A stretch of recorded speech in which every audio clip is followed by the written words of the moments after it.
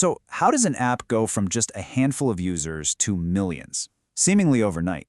Well, believe it or not, the secret sauce behind that kind of massive growth is pretty much the same secret sauce that turns a single pizza shop into a global empire. And today, we're going to build that empire, one slice at a time. I mean, it's the dream, isn't it? You launch something, people love it, and suddenly you've got this tidal wave of users. But that dream can turn into a total nightmare fast. How do you actually handle all that success without the whole system just crashing and burning? So to figure this out, we're going to use a really simple analogy. We're swapping out servers for pizza ovens and user requests for hungry customers. And trust me, by the end of this, you'll see that the challenges facing a huge tech company in your local pizza joint are surprisingly similar. All right, so let's set the scene. You open a pizza shop. Your recipe, it's a family secret, and it is a massive hit. The problem is, you've only got one oven. The line is out the door and around the block. In the tech world, we'd call those customers load. And right now, your load is overwhelming your system. You just can't make pizzas fast enough. This brings us to our first huge decision. To meet all this demand, do we buy one giant, super fast oven? Or do we open a bunch more pizza shops around town? This right here is the fundamental choice everyone faces when they need to scale. So on one hand, we have scaling up. Think of this as getting a bigger, better oven, one monster machine that can cook 50 pizzas at once. It's way simpler to manage because everything is still in one place. But it's really expensive and, as we'll see, pretty risky. On the other hand, we have scaling out. This is like opening 5 new branches across town, each with its own oven. It's more resilient, right? If one oven breaks, the other 4 are still slinging pizzas. The catch? Now you have to coordinate 5 different shops, and that gets complicated. And that risk with the scale-up approach? It's called a single point of failure. That one incredible super oven is your entire business. If that machine breaks down, you're not just slow, you are done. 0 pizzas. The whole franchise grinds to a halt. And in the tech world, avoiding these single points of failure is pretty much priority number 1 for anyone building a big system. Okay, so let's say we chose to scale out. We've got our 5 shops. We've just created what's known as a distributed system, basically a network of separate parts that all have to work together. But here's the thing. We solved our oven problem, but we just created a brand new one. How do we make sure every shop has the same up-to-date menu?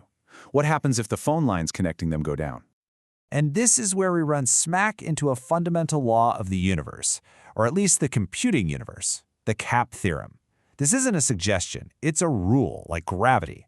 It says that in any distributed system, you can have 2 of these 3 things, but you can never, ever have all 3 at once. You are forced to choose. So what are these 3 things you have to choose from? First is consistency. This means every customer at every branch sees the exact same menu with the exact same prices. Second is availability. This means your shops are always open and ready to take an order.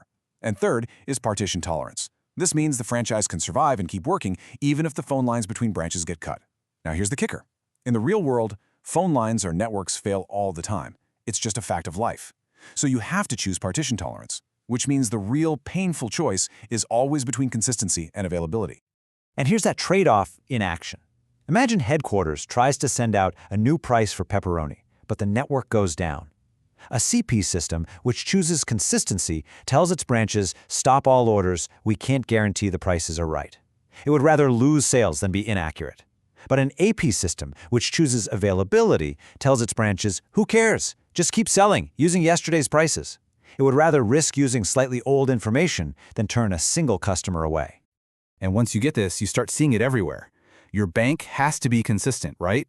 It will literally shut down for maintenance rather than risk showing you the wrong account balance. That's a classic CP system. But your social media feed? It would much rather show you a post from 5 minutes ago than show you nothing at all. It will always choose to be available. That's an AP system. Okay, so we've scaled out our franchise, we've made our tough choice with the CAP Theorem, but we still have a problem. With 5 shops all taking orders at the same time, how do we prevent total chaos? How do we stop 2 different kitchens from accidentally making the exact same pizza for the same customer? Well, the solution is simple. You pick a boss. In the world of distributed systems, this is called leader election. All the different shops hold a quick, automatic vote to appoint one of them as the single source of truth. For our franchise, this is the head chef.